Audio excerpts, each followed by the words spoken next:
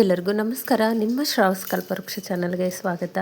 ಇವತ್ತು ಉಳಿದಿರೋ ಅನ್ನ ಅಥವಾ ರಾತ್ರಿ ಏನಾದರೂ ಅನ್ನ ಮಿಕ್ಕಿತ್ತು ಅಂತಂದರೆ ತಾಲಿಪಟ್ಟು ಅಥವಾ ಚಿತ್ರಾನ್ನ ತಿಂದು ಬೋರಾಗಿತ್ತು ಅಂದರೆ ಒಂದ್ಸರಿ ಈ ರೀತಿ ಟ್ರೈ ಮಾಡಿ. ಸಂಜೆ ಈವ್ನಿಂಗ್ ಸ್ನ್ಯಾಕ್ಸಿಗೆ ಸೂಪರ್ ಆಗಿರ್ತಕ್ಕಂಥ ಒಂದು ಸ್ನ್ಯಾಕ್ಸು. ಅಂದರೆ ರಾತ್ರಿ ಉಳಿದಿರೋ ಅನ್ನದಿಂದ ನಾವು ಈ ರೀತಿ ಕ್ರಿಸ್ಪಿ ಆಗಿರ್ತಕ್ಕಂಥ ಒಂದು ಸೇವ್ ಮಿಕ್ಸರ್ನ ಯಾವ ರೀತಿ ಮಾಡೋದು ಅಂತ ನೋಡೋಣ. ತುಂಬಾ ಈಸಿಯಾಗಿ ಪರ್ಫೆಕ್ಟಾಗಿ ಮಾಡ್ಕೊಳ್ಬೋದು. ನಾನಿಲ್ಲಿ ಒಂದು ಮಿಕ್ಸರ್ ಜಾರಿಗೆ ಅಳತೆಗೋಸ್ಕರ 1 ಕಪ್ ಆಗುವಷ್ಟು ಅಂದರೆ ಉಳಿದಿರೋ ಅನ್ನನ ತೊಗೊಂಡಿದ್ದೀನಿ. ಉಳಿದಿರೋ ಅನ್ನನೇ ಬೇಕು ಅಂತಲ್ಲ ಅಥವಾ ರಾತ್ರಿ ಅನ್ನನೇ ಬೇಕು ಅಂತಲ್ಲ, ಒಟ್ಟಲ್ಲಿ ರೈಸ್ ಏನಾದರೂ ಜಾಸ್ತಿ ಉಳಿದಿತ್ತು ಅಥವಾ ಇನ್ಸ್ಟೆಂಟಾಗಿ ಸೇವ್ ಮಾಡ್ಕೊಳ್ಳೋದಾಯಿತು ಅಂತಂದರೆ ಈ ರೀತಿ ಒಂದ್ಸರಿ ಟ್ರೈ ಮಾಡಿ. ತುಂಬಾ ಪರ್ಫೆಕ್ಟಾಗಿ ಬರುತ್ತೆ. 1 ಕಪ್ ಅನ್ನನ ಮಿಕ್ಸರ್ ಜಾರ್ಗೆ ಸೇರಿಸ್ಕೊಂಡು ಈ ರೀತಿ ನೈಸಾಗಿ ರುಬ್ಕೊಂಡು ಬಂದಿದ್ದೀನಿ. ನೋಡಿ, ಸ್ವಲ್ಪನೂ ತರಿ ಅನ್ನಿಸ್ಬಾರ್ದು, ತೀರಾ ನೈಸಾಗಿ ರುಬ್ಕೊಳ್ಬೇಕು. ನೋಡಿ, ಇಷ್ಟರ ಮಟ್ಟಿಗೆ ನೈಸಾಗಿತ್ತಂದರೆ ಸಾಕು. ಸ್ವಲ್ಪ ನೀರನ್ನ ಸೇರಿಸ್ಕೊಂಡು ರುಬ್ಕೊಳ್ಳಿ, ತಾನೇ ನೈಸಾಗಿ ಹೋಗುತ್ತೆ.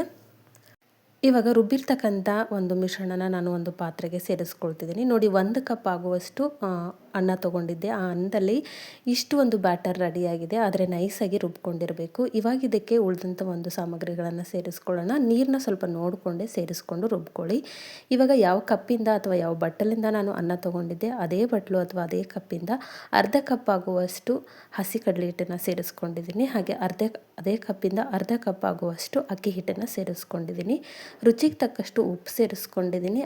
ಹಾಗೆ ಒಂದು ಸ್ವಲ್ಪ 1/4 ಸ್ಪೂನ್ ಆಗುವಷ್ಟು ಪೆಪ್ಪರ್ ಪೌಡ್ರ್ ಸೇರಿಸ್ಕೊಂಡಿದ್ದೀನಿ. ಇದು ಆಪ್ಷನಲ್, ಬೇಕು ಅಂದರೆ ಹಾಕ್ಕೊಳ್ಳಿ, ಇಲ್ಲಾಂದರೆ ಸ್ಕಿಪ್ ಮಾಡ್ಕೊಳ್ಳಿ.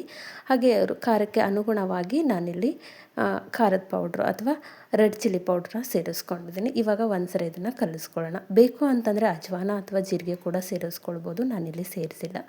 ಈ ರೀತಿ ಒಂದ್ಸರಿ ಮೊದಲೇ ನೀರು ಹಾಕದೆ ನಾವು ರುಬ್ಬಿರ್ತಕ್ಕಂಥ ಅನ್ನದ ಮಿಶ್ರಣದ ಜೊತೆಗೆ ಮೊದಲೇ ಕಲಿಸ್ಕೊಳ್ಬೇಕು, ಇಲ್ಲಾಂದರೆ ನಮಗೆ ಆ ನೀರಿನ ಅಳತೆ ಗೊತ್ತಾಗೋದಿಲ್ಲ. ಹಾಗಾಗಿ ಈ ರೀತಿ ಕಲಸಾದ್ಮೇಲೆ ಒಂದು ಸ್ವಲ್ಪ ನೀರನ್ನ ಸೇರಿಸ್ಕೊಂಡು ಕಲಿಸ್ಕೊಳ್ತಾ ಬರೋಣ.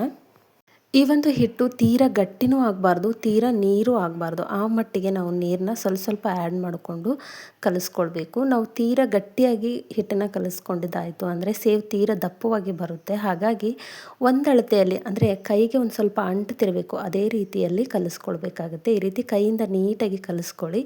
ನೋಡಿ, ಈ ಒಂದು ಕನ್ಸಿಸ್ಟೆನ್ಸಿಯಲ್ಲಿ ನಾವು ಹಿಟ್ಟನ್ನು ಕಲಿಸ್ಕೊಳ್ಬೇಕು. ಈ ರೀತಿ ಮಾಡೋದ್ರಿಂದ ನಾವು ಈ ಒಂದು ಸೇವ್ ಮಾಡುವಾಗ ಕರೆಕ್ಟಾಗಿ ಎಳೆಗಳು ಬರುತ್ತೆ. ಹಾಗೆ ತೀರಾ ಸ್ಮೂತಾಗಿ ಕ್ರಿಸ್ಪಿಯಾಗಿ ಬರುತ್ತೆ, ಗಟ್ಟಿ ಅನಿಸೋದಿಲ್ಲ. ಹಾಗಾಗಿ ಈ ಹಿಟ್ಟನ್ನು ಇದೇ ಒಂದು ಅಳತೆಯಲ್ಲಿ ಅಂದರೆ ಕೈಗೆ ಅಂಟೋ ರೀತಿಯಲ್ಲೇ ಕಲಿಸ್ಕೊಳ್ಳಿ. ನಿಮಗೆ ಈ ಥರ ಇಷ್ಟ ಇಲ್ಲ ಅಂತ ಅನ್ನೋದಾಯಿತು ಅಂದರೆ ಗಟ್ಟಿಯಾಗಿ ಕೂಡ ಕಲಿಸ್ಕೊಳ್ಬೋದು.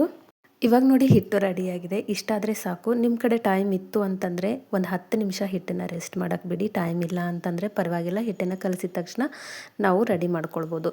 ಇವಾಗ ಒಂದು 10 ನಿಮಿಷ ಮುಚ್ಚಿಟ್ಕೊಂಡಿದ್ದೀನಿ. ಈ ಸೈಡಲ್ಲಿ ನಾನು ಒಂದು ಚಕ್ಲಿ ಮೇಕರ್ನ ಅಥವಾ ಈ ಒಂದು ಸೇವ್ ಮೇಕರ್ನ ತೊಗೊಂಡಿದ್ದೀನಿ. ನಿಮಗೆ ಈ ರೀತಿ ಇತ್ತು ಅಂದರೆ ಓಕೆ ತೊಗೊಳ್ಳಿ, ಇಲ್ಲ ಅಂತಂದರೆ ಒಂದು ಪ್ಲಾಸ್ಟಿಕ್ ಕವರ್, ಈ ಕುರ್ಕುರೆ ಪಾಕೆಟ್ ಇರುತ್ತಲ್ಲ ಅದನ್ನು ಕೂಡ ಒಂದು ಹೋಲ್ ಹಾಕಿ ಯೂಸ್ ಮಾಡ್ಕೊಳ್ಬೋದು. ನಾನು ಇತ್ತು ಹಾಗಾಗಿ ಇದನ್ನೇ ಬಳಸ್ಕೊಳ್ತಿದ್ದೀನಿ.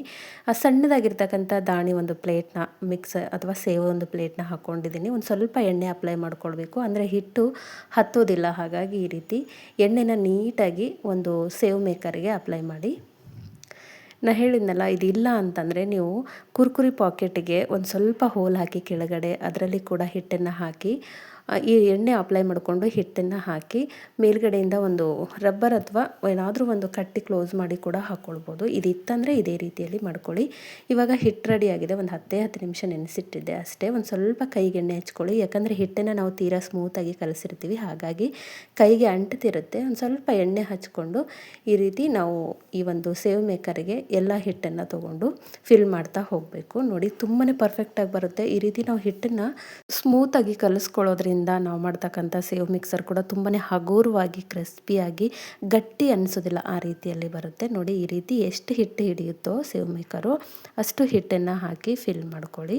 ಈ ರೀತಿ ಫಿಲ್ ಆದಮೇಲೆ ನೋಡ್ಕೊಳ್ಳಿ, ನಾನು ಮಾಡಿರ್ತಕ್ಕಂಥ 1 ಕಪ್ ಅನ್ನದಿಂದ 1.5 ಕಪ್ ಆಗುವಷ್ಟು, ಅಂದರೆ ಈ ಒಂದು ಸೇವ್ ಮೇಕರಿಂದ 1.5 ಕಪ್ ಆಗುವಷ್ಟು ಹಿಟ್ಟನ್ನು ರೆಡಿಯಾಗಿತ್ತು. ನೀವು ಬೇಕು ಅಂತಂದರೆ ಜಾಸ್ತಿ ಪ್ರಮಾಣದಲ್ಲಿ ಮಾಡ್ಕೊಳ್ಳಿ, ಡಬಲ್ ಮಾಡ್ಕೊಳ್ಳಿ. ನಾನಿಲ್ಲಿ ಕಡಿಮೆ ಪ್ರಮಾಣದಲ್ಲಿ ಮಾಡ್ಕೊಂಡಿದ್ದೀನಿ. ನೀವು ಬೇಕು ಅಂದರೆ ಅಳತೆನ ಡಬಲ್ಲಾಗಿ ಮಾಡ್ಕೊಳೋದ್ರಿಂದನೂ ಕೂಡ ಜಾಸ್ತಿ ಕ್ವಾಂಟಿಟಿ ಒಳಗೆ ನಾವು ಸೇವ್ನ ರೆಡಿ ಮಾಡ್ಕೊಳ್ಬೋದು. ಈ ರೀತಿ ನಾವು ಕ್ಲೋಸ್ ಮಾಡಿಕೊಂಡು ಇವಾಗ ರೆಡಿಯಾಗಿದೆ. ಈ ಸೈಡಲ್ಲಿ ನಾನು ಆಲ್ರೆಡಿ ಎಣ್ಣೆನ ಕಾಯ್ಲಿಕ್ಕಿಟ್ಟಿದ್ದೆ. ಹೈ ಫ್ಲೇಮಲ್ಲಿ ಇಟ್ಕೊಂಡು ಎಣ್ಣೆ ನೀಟಾಗಿ ಕಾಯಿಸ್ಕೊಂಡು ಲೋ ಫ್ಲೇಮಲ್ಲಿ ಇಟ್ಕೊಂಡು ಈ ರೀತಿ ಬಿಡ್ತಾ ಹೋಗಿ, ಯಾಕಂದರೆ ಬಿಸಿ ತಾಗ್ತಿರುತ್ತೆ. ಹಾಗಾಗಿ ಲೋ ಫ್ಲೇಮಲ್ಲಿ ಇಟ್ಕೊಂಡು ಈ ರೀತಿ ಬಿಡಿ. ನೋಡಿ, ಹಿಟ್ಟನ್ನು ಸ್ಮೂತಾಗಿ ಕಲಸಿರೋದ್ರಿಂದ ನಾವು ಈಸಿಯಾಗಿಯೇ ಬಿಟ್ಕೊಳ್ಬೋದು. ಹಾಗೆ ನೀವು ನೋಡ್ತಿರ್ಬೋದು, ಸೇವ್ ಕೂಡ ತುಂಬಾ ಸಣ್ಣದಾಗಿರ್ತಕ್ಕಂಥ ಸ್ಟ್ರಕ್ಚರಲ್ಲಿ ಬರ್ತಿದೆ. ಹಾಗಾಗಿ ಹಿಟ್ಟನ್ನು ಒಂದು ಸ್ವಲ್ಪ ಸ್ಮೂತಾಗಿ ಕಲಿಸ್ಕೊಂಡು ಟ್ರೈ ಮಾಡಿ. ನಾವು ಈ ರೀತಿ ಹಾಕಲಿಕ್ಕೂ ಕೂಡ ತುಂಬಾ ಹೆಲ್ಪ್ ಆಗುತ್ತೆ. ಇವಾಗ ಮೀಡಿಯಮ್ ಫ್ಲೇಮಲ್ಲಿ ಇಟ್ಕೊಂಡು ಕ್ರಿಸ್ಪಿ ಆಗೋವರೆಗೂ ನಾನಿಲ್ಲಿ ಫ್ರೈ ಮಾಡ್ಕೊಳ್ತಿದ್ದೀನಿ. ನೋಡಿ, ಅನ್ನದಿಂದ ಮಾಡಿರ್ತಕ್ಕಂಥ ಒಂದು ಸೇವ್ ಅಂತ ಅನಿಸೋದೇ ಇಲ್ಲ.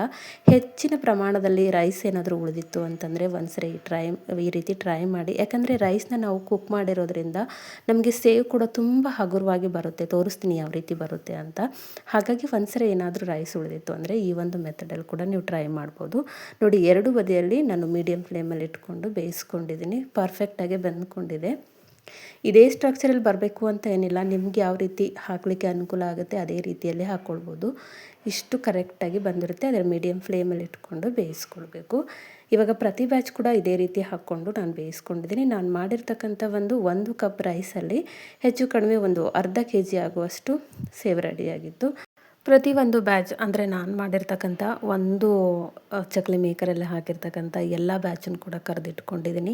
ಹಾಗೆ ನೆನಪಿರಲಿ, ಇದು ಯಾವುದೇ ಕಾರಣದಕ್ಕೂ ಹಾಳಾಗುತ್ತೆ ಅನ್ನೋ ಡೌಟ್ ನಿಮಗೆ ಬೇಡ. ಯಾಕಂದರೆ ರೈಸಿಂದ ಮಾಡ್ತಕ್ಕಂಥ ಸೇವ್ ಅಂದ ತಕ್ಷಣ ಎಲ್ಲೋ ಒಂದು ಕಡೆ ಬರಲ್ಲವೇನೋ ಅನ್ನೋ ಒಂದು ಡೌಟ್ ಇರುತ್ತೆ. ಈ ಅನುಮಾನನೇ ಬೇಡ. ತುಂಬಾ ಪರ್ಫೆಕ್ಟ್ ಆಗಿರ್ತಕ್ಕಂಥ ರೀತಿಯಲ್ಲಿ ನಾವು ಮಾಡ್ಕೊಳ್ಬೋದು. ಎಲ್ಲೂ ಕೂಡ ಹಾಳಾಗೋದಿಲ್ಲ. ಆದರೆ ಹೇಳಿರ್ತಕ್ಕಂಥ ಕ್ವಾಂಟಿಟಿನ ಕರೆಕ್ಟಾಗಿ ಹಾಕ್ಕೊಂಡಾಗ ಸ್ವಲ್ಪನೂ ಹಾಳಾಗದೆ ಕರೆಕ್ಟಾಗೆ ಬರುತ್ತೆ. ಇದನ್ನು ಮಾಡೋಕ್ಕೆ ಬರೋದಿಲ್ಲ ಅನ್ನೋರು ಕೂಡ ಈಸಿಯಾಗಿ ಮಾಡ್ಕೊಳ್ಬೋದು. ನೋಡಿ ಎಷ್ಟು ಕ್ರಿಸ್ಪಿ ಆಗಿದೆ ಅಂತ. ತುಂಬಾ ಹಗುರವಾಗಿರುತ್ತೆ. ನಾರ್ಮಲಾಗಿ ಮಾಡ್ತಕ್ಕಂಥ ಒಂದು ಸೇವ್ಗಿಂತ ಹಗುರವಾಗಿರ್ತಕ್ಕಂಥ ಸೇವ್ನ ಅನ್ನದಿಂದ ನೀವು ಒಂದ್ಸರಿ ಟ್ರೈ ಮಾಡಿ. ಐ ಹೋಪ್ ಇವತ್ತಿನ ರೆಸಿಪಿ ನಿಮಗೆ ಭಾಳ ಇಷ್ಟ ಆಗದ ಅಂದ್ಕೊಳ್ತೀನಿ. ಇಷ್ಟ ಆಗಿದ್ದರೆ ದಯವಿಟ್ಟು ನನ್ನ ಚಾನಲ್ನ ಸಬ್ಸ್ಕ್ರೈಬ್ ಮಾಡ್ಕೊಳ್ಳಿ. ಈ ಹಿಂದೆ ಕೂಡ ಹಲವಾರು ರೀತಿಯ ಸ್ನ್ಯಾಕ್ ರೆಸಿಪಿಗಳನ್ನು ಅಪ್ಲೋಡ್ ಮಾಡಿದ್ದೀನಿ. ಇಂಟ್ರೆಸ್ಟ್ ಇತ್ತು ಅಂತಂದರೆ ಒಂದ್ಸರಿ ಚೆಕ್ ಮಾಡ್ಕೊಳ್ಳಿ. ಹಾಗೆ ಈ ಒಂದು ರೆಸಿಪಿನ ನಿಮ್ಮ ಫ್ರೆಂಡ್ಸ್ ಆ್ಯಂಡ್ ಫ್ಯಾಮಿಲಿಗೆ ಶೇರ್ ಮಾಡಿ. ನಾಳೆ ಮತ್ತೊಂದು ಹೊಸ ರೆಸಿಪಿಯೊಂದಿಗೆ ಸಿಗೋಣ. ಧನ್ಯವಾದ.